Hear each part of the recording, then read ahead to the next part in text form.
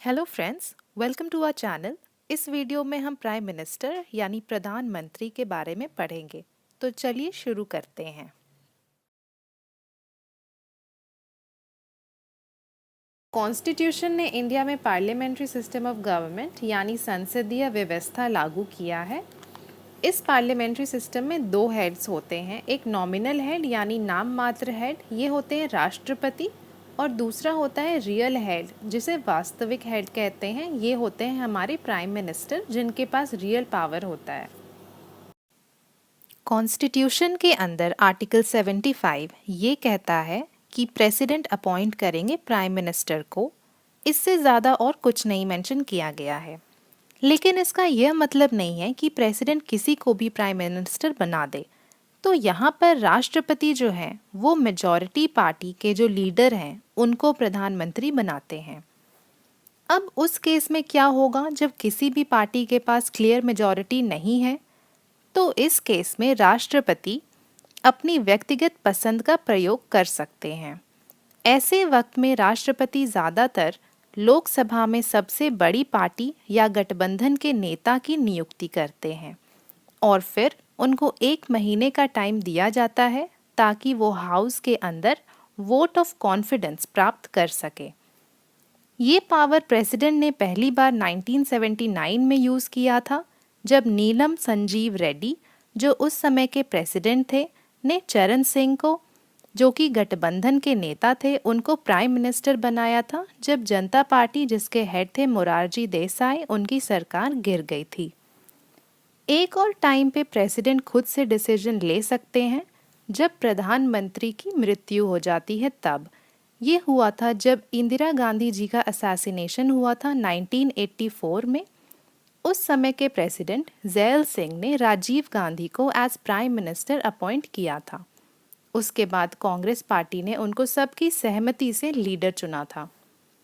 अगर प्रधानमंत्री की मृत्यु हो जाती है और रूलिंग पार्टी अपना नया लीडर इलेक्ट कर लेता है तो प्रेसिडेंट को उसे ही नया प्रधानमंत्री अपॉइंट करना होता है। तो प्रधानमंत्री किसी भी हाउस के मेंबर हो सकते हैं, जैसे इंदिरा गांधी, देवे गौड़ा, मनमोहन सिंह, ये तीनों राज्यसभा के मेंबर्स थे, और आज के पीएम नरेंद्र मोदी ये लोकसभा से अपॉइंट किए हुए हैं। 1997 में सुप्रीम कोर्ट ने ये कहा कि अगर कोई पर्सन पार्लियामेंट का मेंबर नहीं है, किसी भी हाउस का मेंबर नहीं है, तो भी उसे प्रधानमंत्री बनाया जा सकता है 6 महीने के लिए, और इन 6 महीनों में उसे किसी भी हाउस का मेंबर बन जाना चाहिए, नहीं तो उसे प्रधानमंत्री के पद से हटना पड़ेगा। अब देखते हैं पावर्स एंड फंक्शंस क्या हैं प्रधानमंत्री के। मंत्री परिषद के संबंध में, राष्ट्रपति के संबंध में, संसद के संबंध में और अन्य शक्तियां और कार्य देखेंगे। पहला देखते हैं मंत्री परिषद के संबंध में। तो जो प्रधानमंत्री होते हैं वे हेड होते हैं मंत्री परिषद के। वे नाम रेकमेंड करते हैं राष्ट्रपति को मंत्री पद के लिए। प्रेसिडेंट सिर्फ उन्हीं लोगों को मंत्री बना सकते हैं जिसका नाम प्रधानमंत्री रेकमेंड करते हैं। नेक्स्ट, प्रधानमंत्री मंत्रियों के बीच विभागों का आवंटन करते हैं। वे किसी मंत्री को रिजाइन करने को बोल सकते हैं अगर वह उनकी नहीं सुन रहा है, या राष्ट्रपति को बोलकर उनको डिसमिस भी करवा सकते हैं। अगला देखते हैं, अगर कोई मीटिंग होती है प्राइम मिनिस्टर की काउंसिल ऑफ मिनिस्टर्स के साथ तो वह उस मीटिंग के हेड होते हैं। जो भी मिनिस्टर्स करते हैं उनकी सारी एक्टिविटीज़ को पीएम गाइड करते हैं और कंट्रोल भी करते हैं। अगर प्रधानमंत्री रिज़ाइन कर देते हैं तो पूरा मंत्री परिषद खत्म हो जाता है। क्योंकि प्रधानमंत्री हेड होते हैं काउंसिल ऑफ मिनिस्टर्स के, तो बाकी मिनिस्टर्स भी काम नहीं कर सकेंगे अगर वो रिज़ाइन कर दें तो, या फिर अगर उनकी मृत्यु हो जाती है तब। अब देखते हैं राष्ट्रपति के संबंध में। तो प्रधानमंत्री कम्युनिकेट करते हैं प्रेसिडेंट को जो भी डिसीजंस लिए गए हैं रिलेटेड टू एडमिनिस्ट्रेशन या लेजिस्लेचर। नेक्स्ट है, जो प्रधानमंत्री होते हैं वो प्रेसिडेंट को प्रोवाइड करते हैं जो भी इंफॉर्मेशन प्रेसिडेंट मांगते हैं रिलेटेड टू एडमिनिस्ट्रेशन। फिर है कि प्रधानमंत्री एडवाइस करते हैं प्रेसिडेंट को जब इम्पोर्टेंट ऑफिशियल्स की नियुक्ति की जा रही हो तब, जैसे attorney general, controller and auditor general, chairman and members of UPSC, election commissioner etcetera. इन सब के मामलों में वो एडवाइस करते हैं। अब देखते हैं संसद के संबंध में। तो अब तक हमें यह पता चल गया है कि प्रधानमंत्री हेड होते हैं हमारे लोअर हाउस के। वे संसद के सत्र को बुलाने के संबंध में राष्ट्रपति को सलाह देते हैं। प्रधानमंत्री रेकमेंड करते हैं लोकसभा को डिसॉल्व करने को और वो गवर्नमेंट पॉलिसीज की घोषणा करते हैं संसद में।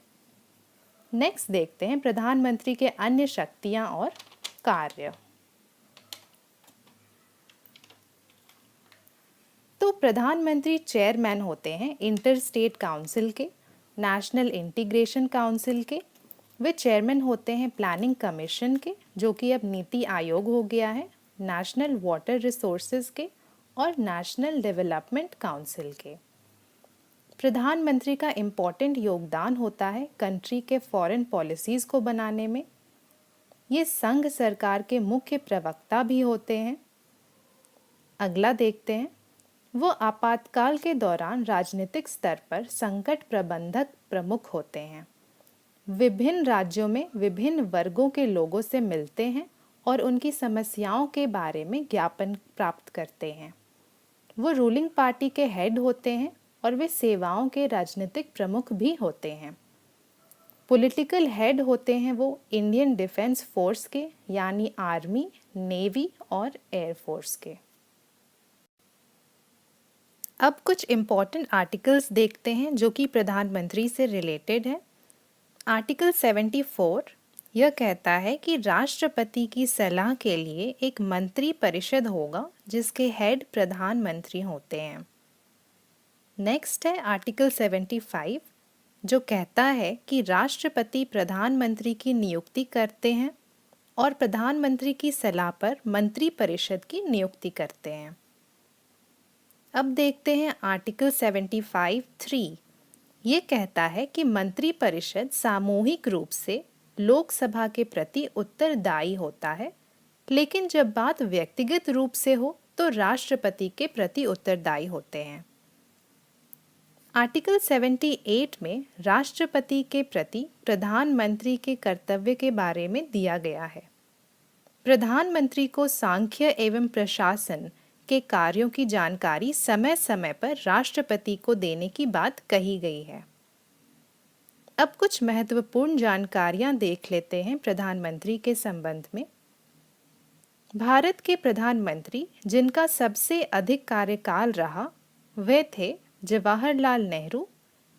इनका कार्यकाल 18 साल तक रहा। देश की पहली महिला प्रधानमंत्री जो रही हैं वे हैं इंदिरा गांधी जी। विश्वास मत यानी वोट ऑफ कॉन्फिडेंस प्राप्त करने में असफल होने वाले प्रथम प्रधानमंत्री थे विश्वनाथ प्रताप। अगला, स्वतंत्र भारत की पहली मंत्री परिषद में प्रधानमंत्री सहित 36 सदस्य थे। सबसे कम उम्र में जो प्रधानमंत्री बने वे थे राजीव गांधी। भारत के प्रधानमंत्री जिनकी मृत्यु कार्यकाल के दौरान हुए थे वे थे जवाहरलाल नेहरू, लाल बहादुर शास्त्री और इंदिरा गांधी। अगला देखते हैं, प्रधानमंत्री जिन्होंने एक बार पद छोड़ दोबारा पद संभाला वे थे इंदिरा गांधी।